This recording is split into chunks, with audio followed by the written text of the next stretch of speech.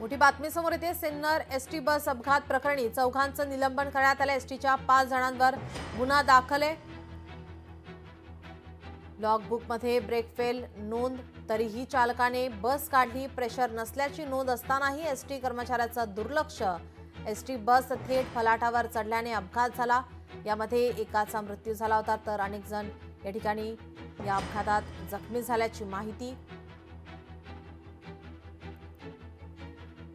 सिन्नरच्या ST कार्यशाळेतील मुख्य mechanic, सहाय्यक mechanic, वाहन परीक्षक आणि बस चालकाचं या प्रकरणी आता निलंबन करण्यात आलंय।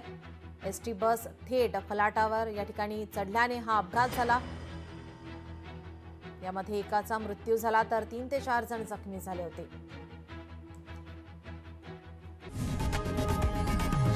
लोकशाही मराठी ऐका, पहा, जागरूक रहा।